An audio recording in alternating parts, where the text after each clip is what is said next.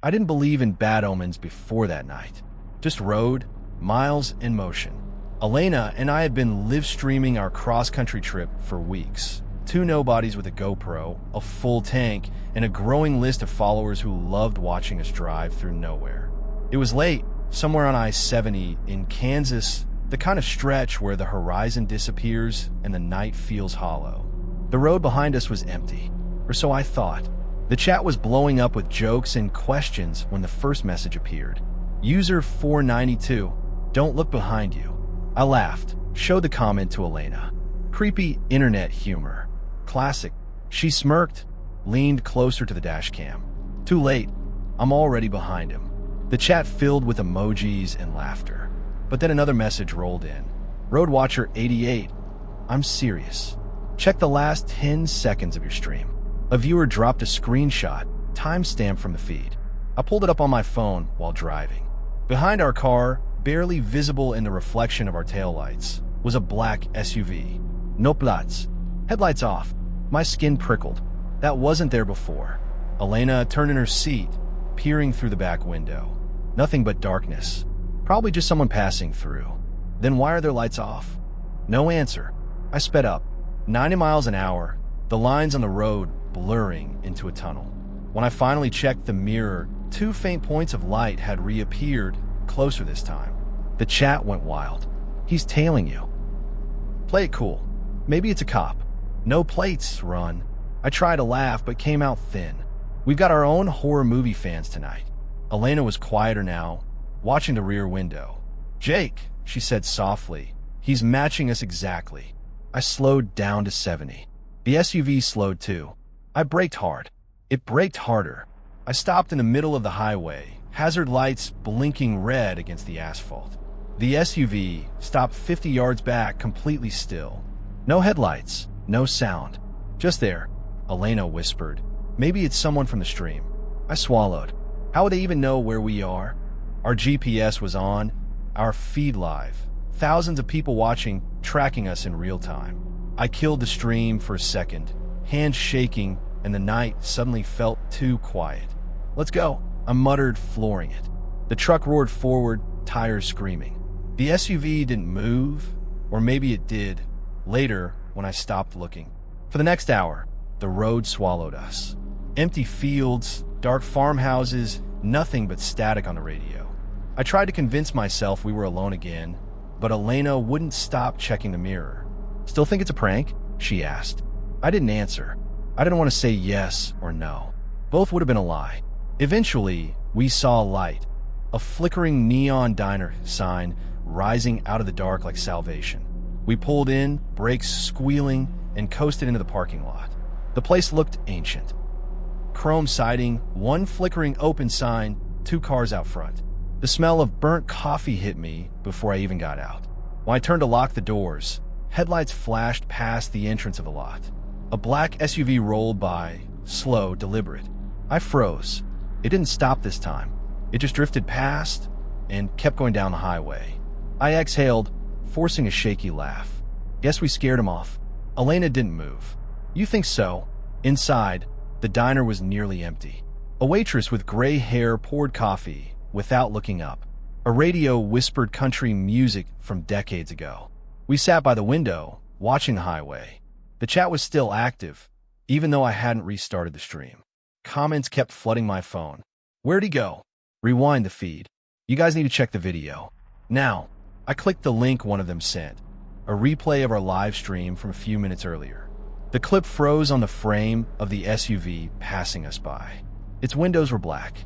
Not tinted, just black like someone had painted over them. Except in the corner of the rear window, a pale face was pressed against the glass. White skin, hollow eyes, mouth slightly open. Watching, Elena grabbed my phone, her hand trembling. That wasn't there. I looked right at it. The comments were exploding. It moved. Look again. It's still behind you. I looked up, out the diner window. The parking lot was empty except for our car. But the faintest glow, 2 taillights. Pulsed at the edge of the lot, half hidden in the dark. I blinked and they were gone. We left cash on the table and ran to the car. I didn't even check the mirrors. I just drove, Every sound in the engine felt wrong, like it was breathing. The GPS kept rerouting to the same stretch of road, and my hand was slick with sweat. When Elena finally spoke, her voice was hoarse. "Jake." The chat. I glanced at the phone mounted on the dash. Somehow, the stream was live again. We hadn't restarted it. The camera light blinked red. Comments poured in faster than I could read. "Don't stop. Look behind you. He's closer now." "Not funny." I muttered, my throat dry. "Nah, Elena gasped. He's right behind us." I risked a glance in the mirror. The SUV's headlights were blinding, too bright, flooding the cab with white. Then they cut out completely, and I saw only black glass filling the rear view. Something moved inside it. I hit the gas, but the highway never seemed to end. Every sign was blank. Every town we passed vanished in a shadow. The clock on the dashboard froze at 3:17 a.m. Elena started crying. I kept driving. "Jake," she whispered, "if this is a loop, we're not getting out." I didn't answer. I couldn't. The radio flickered back to life, static, then a voice, low and distorted. "Drive safe, Jake." I looked at the radio, then at her. "That wasn't me," she said. The headlights flickered again, and for a second, I saw the face in the mirror. Pale, pressed against glass, inches behind us, eyes wide. I slammed the brakes. The car spun sideways, tires screaming. When we stopped, the SUV was gone. No headlights, no road noise, just silence. I turned to Elena. She wasn't moving. Her eyes were open, fixed on something I couldn't see. The phone beside her still streamed, the chat scrolling endlessly. "He's in the car. Don't look back." Too late. I don't remember what happened next. When they found the car, 2 days later, the engine was running. Both our phones were still streaming, screens glowing in the dark. The headlights were on, cutting through the dust, and the taillights pulsed like a heartbeat against the empty road. If you ever drive down I-70 at night and see a stream pop up, a live feed from a car with no one inside, don't watch. Because someone always does. And once you do, you start to see the headlights too. I've been hauling freight across Nevada for 15 years, and I swear the desert never changes.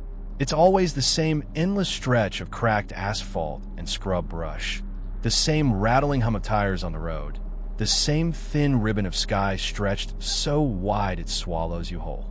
Nights out here have a way of playing tricks on you, the way the moonlight flattens everything until you can't tell where the horizon ends and the road begins. I've always told myself that's all it is. Tricks, shadows, fatigue. That night, I was running late on a long haul from Salt Lake to Barstow. Nothing unusual, just me, my rig, and the hum of the diesel engine under the stars.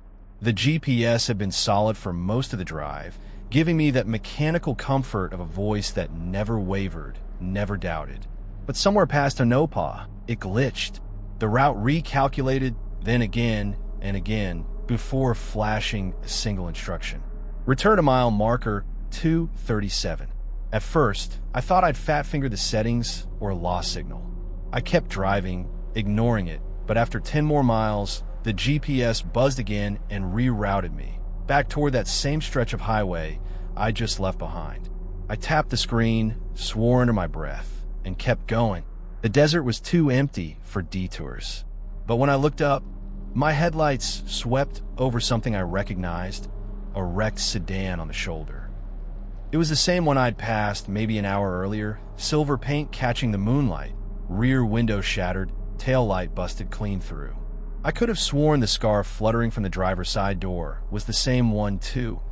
Red, maybe once bright, but now faded to a dark rust color. I told myself it was coincidence. Same model, same make. People crash out here all the time. But 20 miles later, there it was again.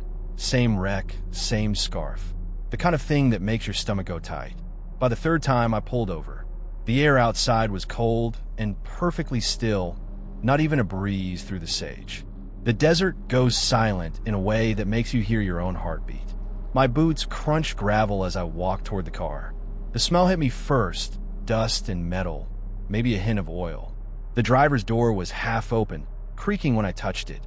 No one inside, just a single item on the passenger seat. A small leather logbook, worn and smudged with oil stains. When I flipped it open, the handwriting nearly stopped my heart. It was mine. Same crooked T, same way I slashed my sevens. The first entry read, 12:42 a.m. Past mile marker 237 again. GPS looping. Feeling lost. I checked the time on my phone. 11:42 p.m. 1 hour off. I turned another page. 1:42 a.m. Pulled over. Found a wreck again. Empty car. Found this logbook. My skin went cold. Each entry was an hour later than the last, tracking what I'd done, what I was doing, down to the detail. The last line on every page was the same. Stopped again at mile marker 237. He's still waiting in the middle of the road. I dropped the book, half expecting it to vanish or burst into flames, but it just hit the dirt with a soft thud. My truck's headlights carved two harsh cones through the dark, and the desert stretched on forever. No heat anywhere. I laughed out loud at the dry, nervous sound. You're tired, Travis, I told myself. You're spooking yourself over some prank. I got back in the cab and fired up the engine. The GPS screen was blank now, just a pulsing blue sitting on a gray void. No roads, no route. I threw in gear and drove. The hum of the tires and the low growl of the diesel usually calm me down, but not that night. Every mile felt longer than the last. When I hit mile marker 237 again, I felt it before I saw it. A weight in the air, like the desert was holding its breath. The marker gleamed silver in the headlights. And just beyond it, the wrecked sedan. I didn't stop this time. I slammed the pedal down. The rig roared, and the numbers on the odometer climbed. But 5 minutes later, I saw the same marker flash past again. Mile marker 237. That's when panic set in. I turned the wheel hard. You turned right there in the middle of the highway, tires screaming. I drove the other direction for miles, eyes glued to the dark horizon. No sign of towns, no headlights behind or ahead. The road just kept unspooling like a black ribbon. Until the marker appeared again. Mile marker 237. I screamed at the windshield, slammed my fists on the wheel. What do you want from me? And that's when I saw it. Someone standing dead center in the lane, far up ahead. A thin figure, motionless, facing me. My brights caught a shimmer of fabric. Reflex kicked in. I hit the brakes, air brakes hissing, tires shrieking against the asphalt. The truck lurched to a stop 50 yards away, engine idling heavy. The figure didn't move. Hey, I yelled through the open window. You need help? My voice came out too loud, too thin. No answer. Just silence and that thin red scarf rippling in the wind, but there was no wind. I stepped down from the cab, every instinct screaming not to, and walked toward it, flashlight in hand. The beam cut through dust and darkness until it hit the face, or what should have been a face. But what I saw made my breath freeze. It was me. Same face, same work jacket, even the same grease stain on the collar where I'd wiped my hand earlier that night. He stared at me with blank eyes, skin pale under the light. The corners of his mouth twitched, and when he spoke, the voice was my own. You finally stopped. I stumbled back. What is this? What the hell are you? He tilted his head, just slightly, the way I do when I'm thinking. Been waiting, he said. Been watching you drive in circles. You always come back. He pointed behind me. You left the logbook in the car. I turned. The wrecked sedan sat there again, gleaming under the moon. When I looked back, the figure was gone. The next thing I remember is sitting in my cab, the logbook open on my lap, pen in hand. I don't remember climbing in or picking it up, but my handwriting filled the next line automatically, my hand moving on its own. 2:42 a.m. Stopped again at mile marker 237. He's still waiting in the middle of the road. When I looked up, the figure was back, standing exactly where I'd seen him before, the truck's headlights painting him in white. He raised a hand and pointed at me. Or maybe he was pointing at something behind me. I couldn't tell anymore. I thought about starting the engine, but I knew what would happen. I'd drive. The road would stretch. The marker would appear again. The loop would start over. I don't know how long I've been here now. The logbook says it's almost 3. The next page is blank, waiting for me to fill it. Maybe if I stop writing, the road will end. Maybe if I keep writing, it'll all make sense. But outside, under that wide white moon, he's still standing there, wearing my jacket, waiting for me to take the next turn. I don't remember when the highway stopped looking familiar. Somewhere after midnight, the road just emptied. I'd finished a late shift at the diner, running on stale coffee and muscle memory, and all I wanted was my bed, the scratchy sheets, the hum of the window, AC, the comfort of something known. But the interstate stretched on like a black ribbon unraveling under my headlights. No signs, no towns, not even another car. Then I saw the rest stop. It appeared out of nowhere, a cluster of flickering lights off the shoulder, glowing faintly through the desert haze. The kind of place you don't remember being on any map, just there when you need gas or a bathroom or a moment to breathe. My fuel gauge was dipping toward empty, so I pulled in. The pumps were old, rust eating through the metal, the kind that still had mechanical dials instead of screens. A single buzzing light hung over the station canopy, and moths battered themselves against it in a rhythmic flutter. There was a building behind the pumps, a convenience store with a faded sign that read Easy Stop in cracked red letters. I don't know why, but the air felt wrong the moment I stepped out of the car. Thick, like breathing through wet cloth. The desert should have been cool, crisp. Instead, it smelled of damp earth, like freshly turned soil after rain. I squeezed the pump handle and filled up, the digits spinning with a slow, grinding click. When I glanced toward the window, I saw a man behind the counter. Thin, motionless, head bent low. He didn't look up once, not even when I opened the door and the little bell jingled overhead. Inside, the air was heavy and stale. Fluorescent lights hummed overhead, one of them flickering with a faint buzz. The floor tiles were yellowed, the kind that stick to your shoes. I walked down the aisles, past rows of dusty snacks and sun-bleached candy bars. The refrigerators at the back rattled like something trapped inside was breathing. "Evening," I said to the clerk. Nothing. He just kept his head down, slowly tapping on a register like he was calculating something that never added up. That's when I noticed the dirt. A fine layer of it coated the counter, the shelves, even the candy wrappers, like the whole place had been buried once and dug up again. And the smell, that deep, earthy smell, it wasn't just in the air. It was seeping from the walls. I turned toward the restroom sign near the back, but when I pushed through the door, I stepped into another aisle of snacks. Same shelves, same flickering light overhead. At first, I thought I'd turn around. I walked to the end of the row and pushed through another door, this one marked exit. It swung open, and I found myself right back in the same store. The same aisles, looping endlessly like mirrors facing mirrors. My chest tightened. I called out, "Hello? Anyone here?" No answer. I ran down an aisle and threw open a door at random. Again, I landed in the same space. The humming lights, the dirt, the exact same crooked stack of chip bags on the end cap. I could feel panic start to rise, cold and sharp. Then I saw movement by the register. The clerk, or what I thought was the clerk, was standing now, stocking shelves. Only it wasn't him. It was me. Same hair pulled back into a messy knot. Same tired diner uniform. The one with the Sarah name patch sewn over the heart. She was humming softly under her breath, sliding a bag of chips into place. "Hey," I shouted. My voice cracked. She turned her head slowly, and my stomach dropped.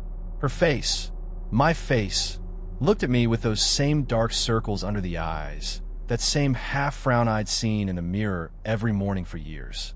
She smiled, but it didn't reach her eyes. "Shift never ends," she murmured, almost kindly. "Always something to restock." I backed away, shaking my head. "No, you're not real." "Does it matter?" she asked, turning back to the shelf. "You'll be late if you don't get moving." The bell above the door jingled behind me. I spun around. No one was there. Just the hum of the lights and the dirt smell growing stronger. I bolted for the front door, and for a second, I thought I might wake up in my car, the whole thing a hallucination brought on by exhaustion. But when I stumbled outside, my knees almost gave out, because parked at the pumps were cars. Not just cars, my car.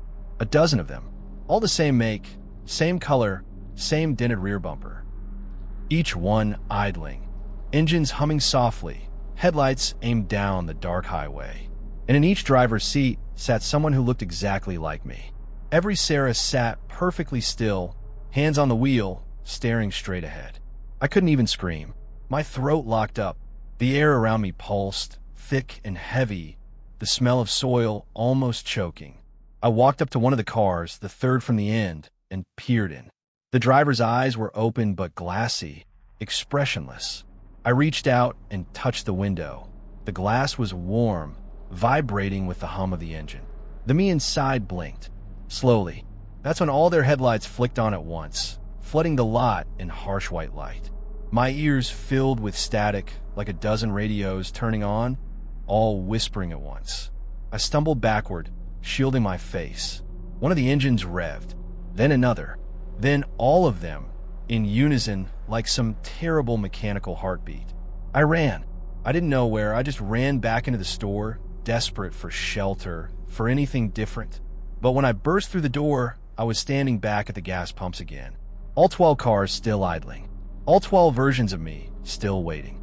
Something inside me cracked then, a cold acceptance, maybe, or a kind of surrender. I walked to the nearest car and opened the door. The engine purred softly, the seat still warm. The radio was on, tuned to static. I sat down, trembling, my reflection staring back at me in the rearview mirror. My reflection smiled first. The static cleared, and a voice came through, calm and mechanical. "Welcome to the rest stop between exits. Drive safe." I looked at the highway stretching ahead, an empty black road that seemed to go on forever, lit by the moon and nothing else. I pressed the gas pedal. The car rolled forward, smooth, inevitable. The rearview mirror showed the rest stop shrinking behind me. The rusted pumps, the glowing sign, the other cars still waiting. Then, for just a moment, I saw another pair of headlights ahead. Another car that looked exactly like mine. And as I drew closer, I realized it was pulling into the rest stop I just left. I think I know what happens next. The shift never ends.